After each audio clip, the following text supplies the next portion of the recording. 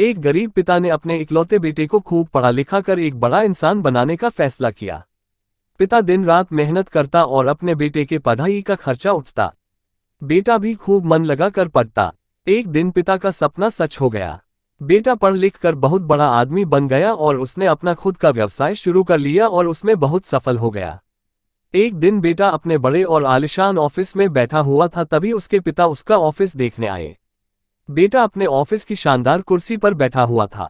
पिता को देखकर बेटा खुश हो गया और अपनी कुर्सी से खड़ा हो गया।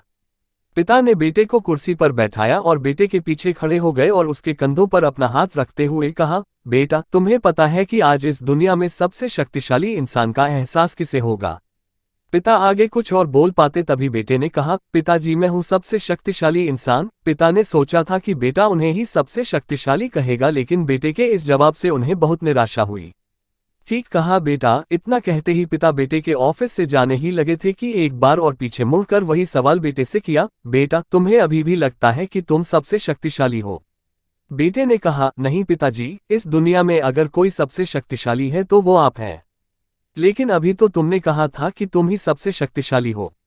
हाँ, वो मैंने इसलिए कहा था क्योंकि उस वक्त दुनिया के सबसे शक्तिशाली इंसान के हाथ मेरे कंधे पर थे, इसलिए उस वक्त मैं खुद को सबसे शक्तिशाली महसूस कर रहा था, बेटे ने जवाब दिया। ये सुन पिता की आंखों में आंसू आ गए और उन्होंने अपने बेटे को गले से लगा लिया।